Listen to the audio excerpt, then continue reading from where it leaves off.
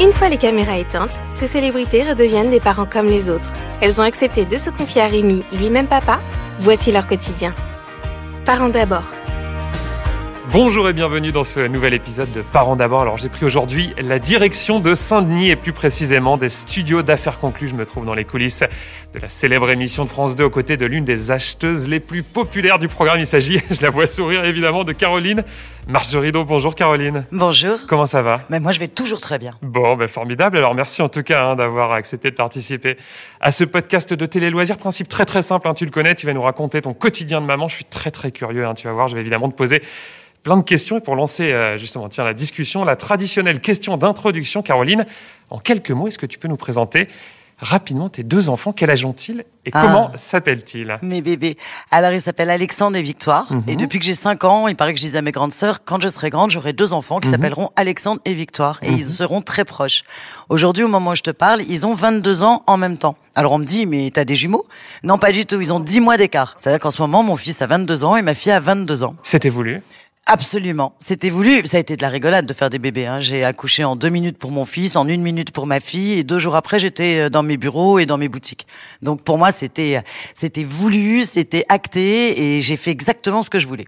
Alors ces 2 enfants, Victoire et Alexandre, ces 2 bébés dont tu nous parles avec amour, tu les as élevés toute seule, puisque tu t'es séparée de leur papa, de ton ex-mari, quand ils étaient tout petits. Oui, j'avais 9 mois et 18 mois. Donc très petit. En toute franchise, Caroline, être une maman solo. C'est le pied. Alors j'allais te demander, est-ce que c'est quelque chose dont tu as souffert, ou au contraire, c'est quelque chose dont tu n'as pas souffert? Ah mais c'est un bonheur. C'est-à-dire que je suis pas obligée de donner mes bébés un week-end sur 2 à leur papa. Je suis pas obligée de leur donner pendant les vacances. En fait, ils sont qu'à moi, quoi. Enfin, il faut savoir qu'aujourd'hui, mon fils, il fait 1m87. Si je pouvais le remettre dans mon ventre, je le remettrais. J'ai un vrai problème avec mes enfants, moi. C'est ma raison de vivre. Le cordon qui n'a pas été coupé. Il sera jamais coupé. Des relations avec le papa Oui, c'était chouette parce qu'il est parti vivre à Hong Kong. Donc c'était sympa, sachant que moi, j'habitais à Paris. Donc ça voulait dire qu'ils étaient vraiment à moi, mes enfants. J'ai beaucoup protégé mes enfants en disant, pauvre papa, il a pas de chance, il vit loin, etc. Il peut pas vous voir. Je faisais les faux cadeaux de Noël, je mettais de la part de papa. Tout ça était bidon. Mais au moins, mes enfants sont nés avec une structure normale, une belle colonne vertébrale, sans ni le déni ou la haine d'un papa qui était absent. Et ce qui fait qu'aujourd'hui, ils sont plein gaz, ils savent ce que c'est que l'amour, ils savent ce que c'est que ils n'ont pas souffert du manque du papa. Voilà, moi j'ai toujours refusé de critiquer un père qui part parce que les enfants ils y sont pour rien, et très souvent les adultes ils prennent les enfants pour des otages, eux ils y sont pour rien. Donc moi je voulais que mes enfants ils aient une belle vie d'adulte, et je crois qu'aujourd'hui ils en ont une vraie belle. Et justement tes relations avec le papa, ton ex-mari, comment sont-elles? Est-ce que vous avez réussi à reconstruire une relation un petit peu plus apaisée au fil des années? Ah mais moi tout va bien.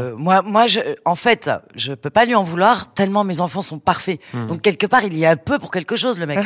Mais voilà, c'est-à-dire que j'ai beaucoup de chance. En plus, il était jockey, donc il est toujours jockey, donc il est tout petit. J'ai une étoile, mon fils, il fait 1m87. C'est-à-dire que tout est parfait. En fait, mais j'ai vraiment, si c'était à refaire, à 100%, je changerais rien. Tes enfants avec leur papa, leur relation, comment est-elle aujourd'hui? Alors, aujourd'hui, disons qu'il les a vus, ils avaient 7 et 8 ans ou quelque chose comme ça quand il les a un peu revus, mais il les voyait très peu, il les voyait une fois par an. Donc entre 1 an et 7-8 ans, il y a eu une coupure. Un gros break. Et ma fille, au début, a eu un peu de mal parce qu'il était avec des jeunes filles pratiquement de son âge, quand elle avait 16-17 ans, et changeait de balle maman toutes les 2 minutes. Ce qui peut être déstabilisant. Victoire, elle était un peu genre alors pour essayer de lui faire comprendre quand elle était ado et que ça devenait un peu compliqué, je lui ai dit écoute, ton père, il est génial en tant que pote. Alors, c'est compliqué de te dire ça, mais gère-le comme un copain parce qu'il est très drôle. Prends le bon côté de ton papa. papa. Prends le côté positif du papa parce qu'on a tous des côtés négatifs ou positifs. Je dis prends le côté positif, gère-le pas comme un papa, mais comme un super copain. Et elle a réussi, et aujourd'hui ils s'entendent plutôt bien tous. Ils ont pris ton nom, je crois, tes 2 enfants, Marjorideau. Non, mais il était même pas question que mais c'est un choix qui est pas commun, raconte-nous. Ça s'est imposé tout seul? C'était pour moi une évidence. D'accord. Mes enfants s'appelleraient Marjorideau. D'abord parce que je suis fière de mon nom. Moi, je suis basque. Je me revendique. On en reparlera après de tes origines. Voilà. Donc, on va aux fêtes de Bayonne. Il y a des chansons sur les Marjoridons. J'avais un grand-père incroyable qui avait une grosse entreprise avec 4000 employés. Tous les week-ends, il les faisait venir. C'est lui qui écrivait pour eux les papiers, les machins, parce que parfois, ils savaient pas trop bien faire. Et j'étais très fière de ce nom. Donc, pour moi, c'était même pas pensable que mes enfants portent pas mon nom. Et donc, mes 2 enfants s'appellent Marjorideau, effectivement. Alors, on revient un petit peu en arrière avec une question très directe. Quand on est une maman solo, tu nous as raconté effectivement le bonheur d'être une maman solo, mais on a évidemment le droit de retrouver l'amour, de reconstruire sa vie, c'est bien normal. Quand tes enfants étaient plus jeunes, comment est-ce que tu as réussi à concilier ta vie de maman et ta vie amoureuse? Alors, moi, je suis convaincue que l'amitié est beaucoup plus forte que l'amour. L'amitié, c'est la vie. L'amour, ça change. Et c'est pas grave, hein. On a besoin d'amour, quand même. Ah, mais on a besoin d'amour. Mais moi, j'ai tellement d'amour avec mes enfants et mes amis. J'ai un pot. Moi, j'ai des copains depuis 35 ans. On s'est jamais quittés. Qui vivent, mon meilleur ami, je le connais depuis que j'ai 11 ans, il vit à Miami. On s'appelle tous les jours. On se voit 4 fois par an. Donc, j'ai une bande de potes, en fait. Pas énorme, hein. 5-6. Comme mes grands frères, parce que moi, j'ai que des sœurs. Donc, j'ai trouvé mes grands frères. J'ai trouvé ma famille. J'ai trouvé mon amour. Alors, pour ce qui est de l'amour au sens A, avec un grand A, au début, les mecs, c'était terminé. Je voulais plus du tout en entendre parler. Concentré sur les enfants. Mais que et mes les bébés. amis mes et les bébés, enfants. mes amis. Et puis bon, un jour, il s'est avéré qu'il y en a un qui est arrivé dans ma vie, qui a ramé comme un malade parce que j'en voulais plus. Et il a quand même duré 16 ans, mine de rien. Et comment il a réussi, justement? Quand j'y repense, je lui ai fait la misère. C'est-à-dire que il m'invitait à déjeuner, j'y allais pas. Il m'invitait à dîner, j'y allais pas. Je recevais des bouquets de fleurs, je les renvoyais. Il faut ramer donc Oh, pour séduire ouais, Caroline. moi, j'ai pas eu beaucoup d'hommes amoureux dans ma vie. Et quelque part, c'est pas grave tout ça. Moi, je trouve que quand on est aimé par nos amis et par nos enfants, mais la vie, elle est tellement belle. Le reste, c'est un peu de l'accessoire, c'est du plus. Voilà, c'est ce qu'on appelle la petite cerise sur le gâteau. Aujourd'hui, tu es en couple avec un homme avec qui tu vis, je crois, depuis plus d'1 an. Comment ça s'est passé, cette rencontre, et comment ça se passe entre lui et tes enfants? Aujourd'hui, je suis en couple. C'est un mot un peu fort pour moi, puisque je n'ai jamais été en couple. C'est-à-dire ni avec le père de mes enfants, ni avec mon mari. Je n'ai jamais vécu avec un homme. Je serais incapable de... Je vis avec mes potes, mais je vis pas avec un homme. C'est-à-dire qu'on a chacun toujours des appartements différents. Ils ont les clés des miens. Je n'ai même pas les clés des leurs, à part que j'ai fait leur déco parce que généralement, ils n'avaient pas trop de goût. Et donc, moi, je redécore les appartements de mes amoureux ou leur maison, mais ils vivent pas avec moi. Ils ont le droit de venir chez moi. Donc, effectivement. Donc là, vous avez chacun votre appart? De toute façon, déjà, la bonne nouvelle, c'est qu'on vit même pas dans le même pays. Donc ça, c'est le pied. D'accord. Mais étonnamment... Est-ce que je peux te demander la nationalité? Oui, tout le monde le sait, parce que je suis très souvent en Suisse. Donc tout le monde sait que je suis en Suisse. Et puis, dès que j'arrive en Suisse, on est énormément à faire conclure et vu en Suisse. Mais très populaire. Mais c'est du délire. On peut même pas... Mais même dans un petit bled où ils sont 2000 habitants... Tout le monde nous connaît. Affaire conclue, c'est incroyable. De toute façon, la Suisse, la Belgique, c'est là-bas.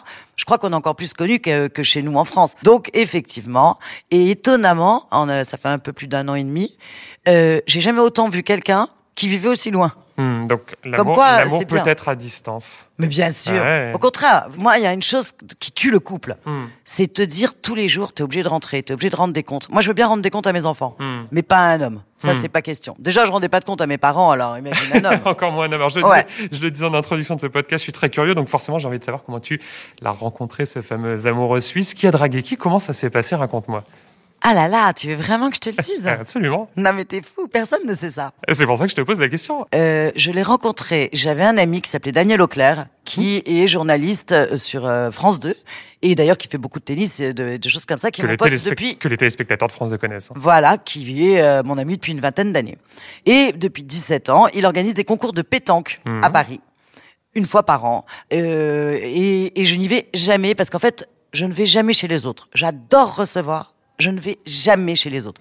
Il y a une soirée, un dîner, c'est très bizarre. Et ils avaient 17 ans qui me gonflent pour me dire, viens à mon concours, viens à mon concours. Et moi, j'adore manger. Je suis une vraie épicurienne. Et là, donc, il y a 1 an et demi, il me dit, écoute, là, tu vas kiffer, Caro, parce que c'est des chefs cuisiniers. Et que des étoilés. J'en connaissais 3-4 dans la bande qui étaient vraiment mes copains. Il me dit, là, je t'en supplie, viens, je te promets, il va y avoir tu pourras garer ta voiture sur les quais, puisqu'il avait mis des concours des terrains de pétanque sur les quais au pied de la Tour Eiffel, et moi j'habite pas loin. Il me dit, parce que je déteste marcher, donc j'ai toujours 12 cm de talons, je marche pas. Et il me dit, tu mets ta voiture au pied. Je dis, t'es pénible, vraiment, écoute. Bref, et je sais pas pourquoi, il fait super beau ce jour-là, c'est au mois de juin, je décide d'y aller. J'arrive là-bas, mais à contre-cœur, mais vraiment, j'y vais, mais des boulets aux pieds. Et je tombe sur tous mes copinous, je tombe sur Daniel, évidemment, et sur plein d'amis, dont ce garçon. Bon, je lui dis bonjour, je lui fais le câlin. Déjà, le mec, il me regarde, je dis, elle est bizarre, celle-là. Très, très tactile, hein, Caroline. Ouais, moi, je suis très tactile. Moi, j'ai besoin je suis toujours, mes enfants, je me colle sur eux, mes copains, je les écrase. Oui, je suis très tactile. Et lui, déjà, je crois qu'il l'est pas du tout. Mais même pas du tout. C'est-à-dire qu'au bout d'1 an et demi, Là, il commence il est surpris parce qu'il m'attrape la main. Donc on était le jour et la nuit. Et en plus, je croyais qu'il était homosexuel. Alors, c'est vrai que c'était encore plus facile pour moi parce que je suis née avec des homos, je vis avec des homosexuels. Le parrain de mon fils l'est. C'est vraiment ma vie. Dans mon milieu, déjà, dans les antiquaires, il y en a beaucoup. Et ça fait partie de ma vie intégrale. Donc, pour moi, j'y vais, mais la fleur au bout du fusil. Sans aucune intention amoureuse. De toute façon, moi, on m'a jamais dragué, depuis que je suis petite. Donc, et on a passé la soirée ensemble, et à 2h du matin, la soirée se termine, et je le vois, il est tout seul, le pauvre. Et je pars avec 3-4 copains qui réouvrent leur restaurant. Et je lui dis, viens avec nous. Et on a passé jusqu'à 8h du matin, on a fait la fête, je l'ai déposé chez lui, mais pour moi, toujours homo. Et je lui fais un gros câlinou, je lui dis ciao et je m'en vais. Et puis, pareil. Alors lui aussi, il a un petit peu ramé quand même. Allez, un mot sur ta notoriété. Je le disais en intro, très populaire, très sympathique. Désormais, beaucoup de monde te connaît, hein, Caroline. Est-ce que cette notoriété, sincèrement, a pu, à un moment donné, être pesante pour tes enfants, être un fardeau pour eux ou pas du tout? Non, pas du tout. Moi, comment ils la vivent, justement, cette mes notoriété? enfants, déjà, il faut savoir que moi, j'ai organisé des salons d'antiquaires pendant 35 ans. Donc, j'ai fait beaucoup de télé. C'est-à-dire que je faisais beaucoup de directs. Je faisais France 3, je faisais Télématin, puisqu'il y avait une rubrique Antiquité. Je faisais beaucoup de BFM parce que c'était de l'actu. Et je parlais de mes marchands et de leur spécialité. Et puis, comme je suis fille de marchande, je connaissais très bien la marchandise du 17e à l'art contemporain. Donc, c'était assez facile pour un journaliste de me faire venir en tant qu'organisateur et exposant. Mais pas un tel niveau de médiatisation et d'exposition. Ah, mais jamais d'avis. Mais leur papa passait, puisque c'était un top jockey, sa vie à la télé, et leur beau-père était un top avocat, donc passait aussi sa vie à la télé. Donc pour mes enfants, un parent qui passe à la télé depuis petit, c'était presque normal. C'était normal, ça faisait partie de C'est-à-dire leur vie. qu'aujourd'hui, ce qui amuse mes enfants, c'est, parce que c'est des bébés, ils ont 22 ans, c'est que la génération des 22-25 qui sont leurs potes, mais nous adorent. Et c'est-à-dire que maintenant, ils se fichent plus de moi à travers leurs copains qui sont en extase, qui demandent des photos de moi, qui disent « Mais ta mère, elle a été top aujourd'hui, c'est génial ce qu'elle a acheté, etc. » Ça les fait plus marrer. Mais la notoriété dans la rue, alors c'est vrai que maintenant, c'est que des câlins, des selfies. Quand on t'arrête pour des selfies. Tout le temps. Alors maintenant, on fait plus de câlins à cause du Covid. C'est particulier. Donc, pour moi, c'est très dur. Mais je fais toujours les photos, les ceci, les cela. Mais c'est pas du tout pénible ni pesant parce que les gens sont bienveillants. Tes deux enfants, Caroline, ils ont tous les deux quitté le nid, quitté la maison. Mais c'est horrible. Mais ils sont pas très très loin, je crois. Je te rassure, hier, ils étaient encore avec moi. Et je crois qu'ils habitent pas très très loin non plus. On habite à 2 mètres. Oui, donc finalement, le cordon, il a pas été coupé. Mais il sera jamais coupé. Mais jamais. Et ils sont chez moi tout le temps. Je travaille avec Victoire. Alexandre a eu un grave accident de voiture il y a 1 an qui a été vraiment horrible. Il a eu beaucoup de mal à s'en remettre. Comment il va aujourd'hui? Alors, physiquement, c'est pas encore ça. Parce qu'il boite, parce qu'il a eu les tendons et les ligaments sectionnés. Et mentalement, ça a été dur. Il bossait avec moi, il avait 2 boutiques avec moi au Puce. Pas très, très loin de ta boutique. À 2 mètres, on était tous au marché Biron. C'est une famille, le marché Biron. J'ai recréé ma famille au marché Biron. Et finalement, en fait, quand il était petit, il faisait du football américain et il traînait avec des rappeurs. Mais moi, je suis pas du tout bourgeoise, mais yo, nique ta mère, c'est des trucs. C'est pas ton univers. C'est pas du tout mon univers. Et il m'avait menti. Il disait qu'il faisait du football dans le 15e, du football américain, pas du tout. Il était dans le 9-3 et il s'était fait une bande de potes où il mentait. Il avait dit que j'étais concierge, qu'il était déscolarisé. Je lui avais offert une petite Twizy pour ses 16 ans. Il l'a garé loin, il faisait croire qu'il venait en métro. Enfin, il s'est inventé une vie pour se faire accepter par cette bande de mecs qui faisaient pas partie, on va dire, de notre univers. Et ils sont restés à la vie, à la mort. Maintenant, ces gamins, je les adore. Et il m'a dit, en fait, maman, ma passion, j'aimerais essayer, c'est d'ouvrir une boîte de prod et devenir agent d'artiste, de rappeur. Et il me montre son premier clip vidéo qu'il a fait tout en cachette. Et je vois dans notre appartement un mort. De la drogue, des armes, des univers filles. chez Marjorie, donc très éloigné du tien. Non, mais imagine dans le 16e, un immeuble haussmannien avec des moulures et de la musique avec des gros mots, en fait, tout ce que je déteste. Et je vois le mort descendre dans notre ascenseur. Arrivé dans une voiture, il a fait 37 000 vues, il était hyper fier et il me dit en fait c'est ça ma vie et ça le reconstruit énormément finalement. Et je le laisse un peu parce que c'est vrai que j'ai tendance à étouffer mes enfants. Alors étouffer ma fille c'est facile, elle a un caractère comme moi. Donc c'est la même, c'est un bébé Caro. Mini Caroline. C'est un mini Caro ma fille, elle est exceptionnelle. Mon fils, c'est un gros bébé. excuse-moi de te dire, t'es un garçon, vous êtes tous des gros bébés, hein, mais même quand vous êtes très très grands, vous êtes toujours des bébés. Et du coup, j'essaye un peu de le lâcher et ça le reconstruit bien. Ouais. Allez Caroline, ça fait déjà quelques minutes qu'on discute ensemble, que tu nous parles avec beaucoup de sincérité de ton quotidien de maman. Je vais te proposer une petite pause, une petite respiration dans cette discussion avec un quiz. Ça s'appelle le Mummy Quiz, hein. C'est la tradition dans ce podcast. Principe très très simple. Je te pose quelques questions rafales. Tu dois répondre de manière très très courte, hein. Juste Vas-y. en quelques mots, pas le droit de développer. Pas de joker non plus évidemment, hein. Est-ce que tu es prête, ma chère Caroline? Bon, tu m'as dit pas de joker? Non. Allez, vas-y. Est-ce qu'il t'est déjà arrivé de donner une gifle à l'un de tes enfants? Jamais. Si ta fille ou ton fils t'annonce demain qu'il va avoir un enfant et donc que tu vas devenir grand-mère, quelle est ta première réaction? Si c'est maintenant, je meurs. Est-ce qu'il t'arrive d'espionner tes enfants sur les réseaux sociaux histoire de surveiller leur fréquentation? Je l'ai fait quand ils étaient petits. Et aujourd'hui, Non. dans Affaires conclues, on parle beaucoup, tu le sais, d'objets, de prix. Quel est le cadeau le plus cher que tu aies offert à l'un de tes enfants? Leur voiture. Avec lequel de tes 2 enfants es-tu la plus fusionnelle? En ce moment, avec Victoire, parce que c'est une fille et que les filles, en fait, je crois qu'on est de plus en plus proches quand on est une maman. Mais mon fils, c'est ma vie. Est-ce que Sophie Davant a déjà rencontré Victoire et Alexandre? Oui. C'était quand? C'était il y a pas très longtemps et Sophie, en plus, c'est amusant parce qu'on a à peu près le même parcours. Elle a un fils et une fille et je suis très fusionnelle avec Sophie. Ça a été une grande révélation d'Affaires conclues. Et d'ailleurs, par contre, ce qu'on voudrait, c'est les présenter et qu'on se fasse un dîner. Soso, mes bébés, ses bébés et moi. Allez, on poursuit cette discussion. On parle depuis tout à l'heure de tes enfants. J'aimerais qu'on parle maintenant de ton enfance à toi, Caroline. Une enfance marquée par une maman pas très présente, hein, une maman assez distante. Alors ça, c'est un peu dur de dire ça parce que c'est vrai que ça a été repris dans les médias. J'avais une mère qui était vietnamienne et il faut savoir qu'elle est née donc en Cochinchine, parce qu'à l'époque ça s'appelait comme ça, elle est née à Saigon. Son père était 100% vietnamien. Et sa mère était moitié. D'accord. Donc elle est je sais pas quoi. Et nous on est je sais pas quoi, on est des quarts ou des trucs comme ça. Et il faut savoir que le climat de Biarritz est exactement le même qu'à Saigon. Donc quand il y a eu la guerre et qu'ils se sont réfugiés, il y a eu beaucoup de Vietnamiens qui sont arrivés à Biarritz. Et comme elle était particulièrement jolie, elle a été draguée par le fils Margeridon, qui avait la plus grosse entreprise du pays. Et bref, ils ont fait 3 petits bébés, dont moi, qui suis la dernière. Et pourquoi j'ai dit qu'elle était pas présente? C'est-à-dire que quand t'es vietnamienne, déjà, tu vieillis pas. T'as pas de rides, tu fais super jeune, c'est étonnant. Moi, j'ai vieilli très vite parce que ils voulaient pas de moi, en fait. Ils voulaient des garçons. Parce qu'à Biarritz, tu joues au rugby. Donc, une fille, 2 filles, 3 filles, et paf, j'arrive. Ils voulaient pas de moi. J'ai pas eu de prénom pendant 4 jours. J'ai ma grande sœur qui s'appelle Corinne, l'autre Sandrine. Ils ont fait ils ont trouvé Caroline. Caroline. Et moi, j'ai été élevée comme un mec. C'est-à-dire que j'ai jamais eu les cheveux longs, j'ai toujours eu les cheveux coupés. Je pétais la gueule à la récré de ceux qui embêtaient mes grandes sœurs. Et du coup, j'ai protégé ma mère. J'ai détesté l'école. Je voulais être marchande. À l'âge de 5 ans, je faisais les poubelles, je chinais, je vendais dans les brocantes. Et j'ai protégé. En fait, j'ai fait l'inverse. Je me suis prise pour la mère de ma mère. Et c'est là où, en fait, je dis qu'elle était absente. Parce que d'abord, on avait des nounous.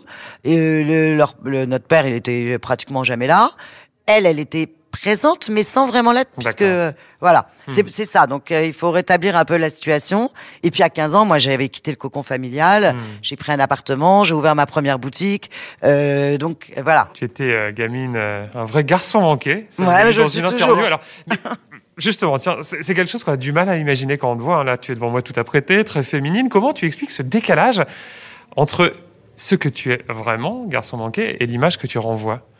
Alors, tu sais, quand tu démarres ton travail à 15 ans, moi, j'organisais des gros salons. J'avais affaire à des hommes politiques. T'as 15 ans. Donc, déjà, t'es jeune. J'étais plutôt jolie. Donc, je me vieillissais. Je mettais des fausses lunettes. Je m'habillais avec des tailleurs Chanel. Je mettais des chignons, mais des chignons choucroute. Hein. C'est-à-dire que je regarde des photos de moi quand j'ai 15-20 ans. J'ai l'air plus vieille presque qu'aujourd'hui. Mes enfants, ils sont morts de rire. Quand ils me disent, non, mais maman, t'as pas 15 ans ou 20 ans, là, c'est pas possible. Donc, je me suis énormément vieillie. Bon, j'avais déjà un caractère de mec. Moi, j'ai jamais joué à la poupée. C'est pour ça qu'à Affaires conclues, dès qu'il y a une voiture, c'est pour moi. Je suis très garçon. Je me suis servi de mes sœurs. Moi, je faisais pas la cuisine ni le ménage.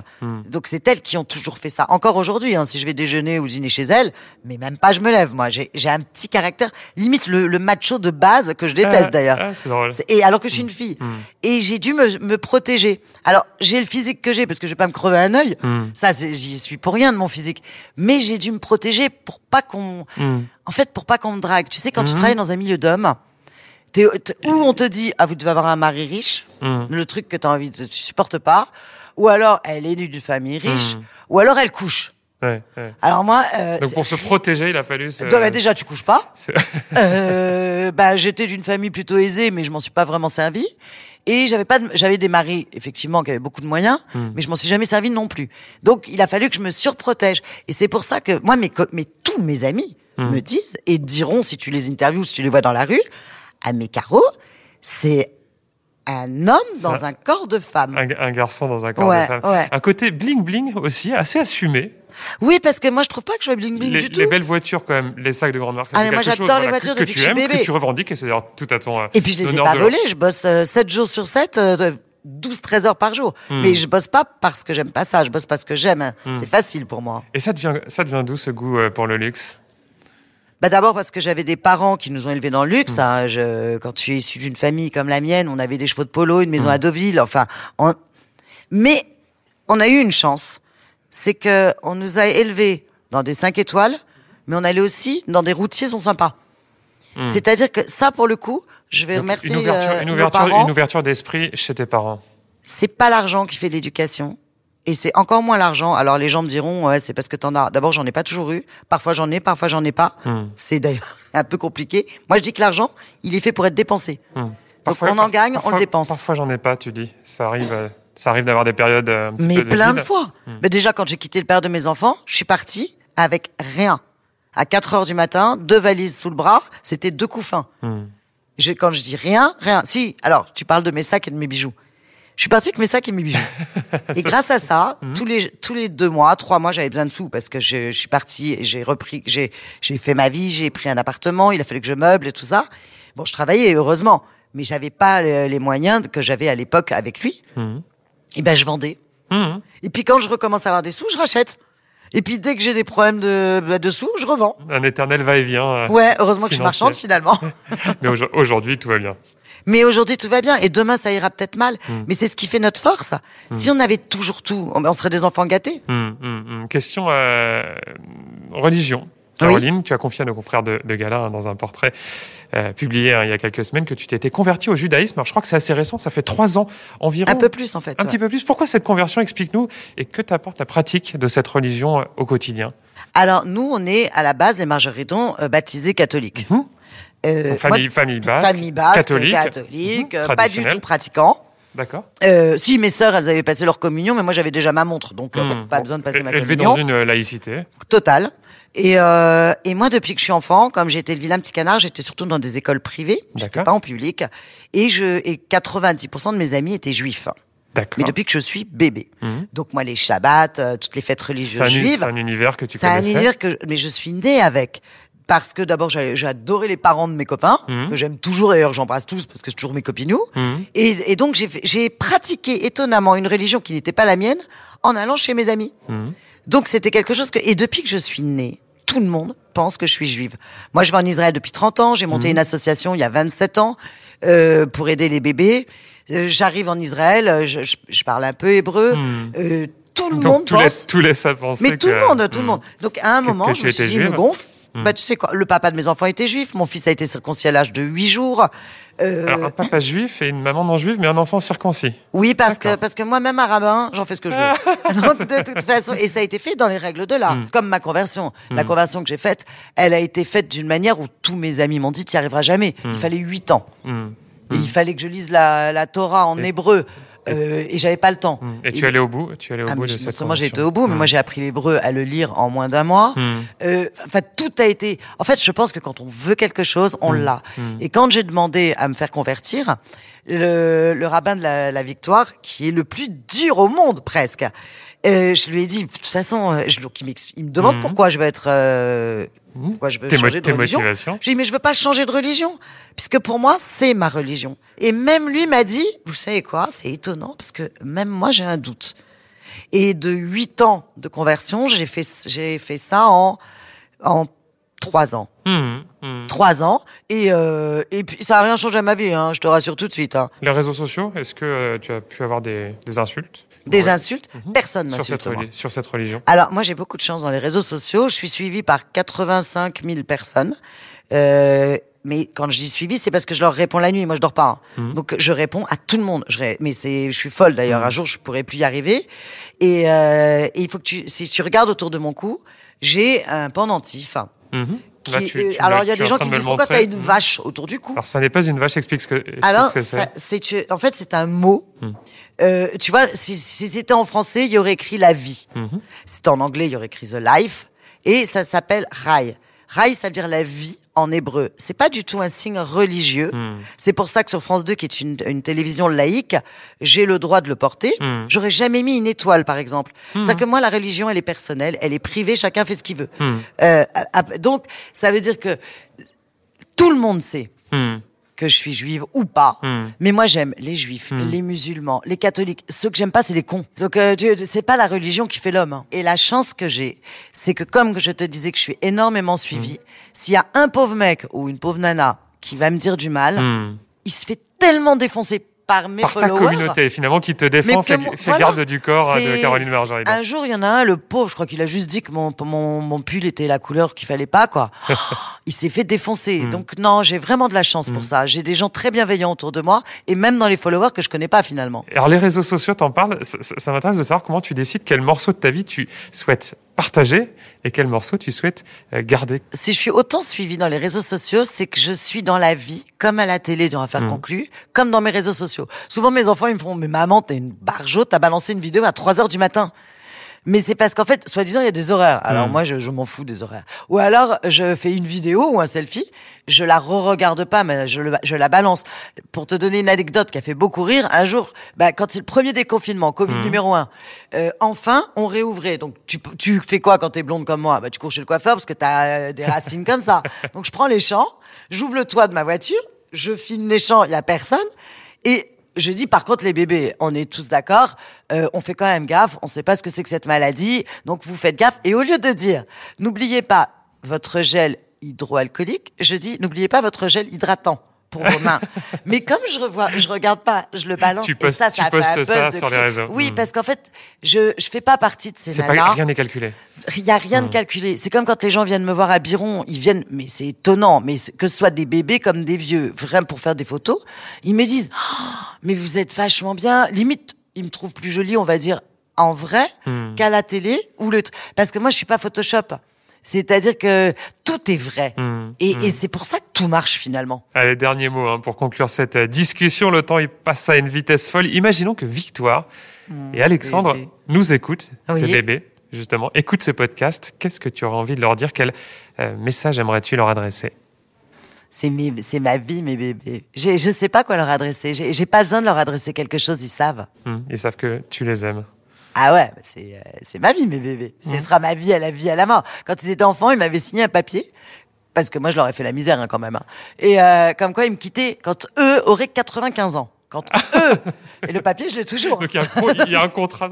On a un contrat entre nous. Dès qu'ils ont su lire et écrire, je leur ai dit, vous allez me signer un contrat. Et donc, ils devaient avoir 5 ans, 6 ans. Donc, il faut voir leur signature. Ils essayaient d'imiter la mienne. Après, quand ils étaient plus grands, sur les carnets scolaires, ils y arrivaient. Merci beaucoup, Caroline. Merci beaucoup, à toi. Parents d'abord.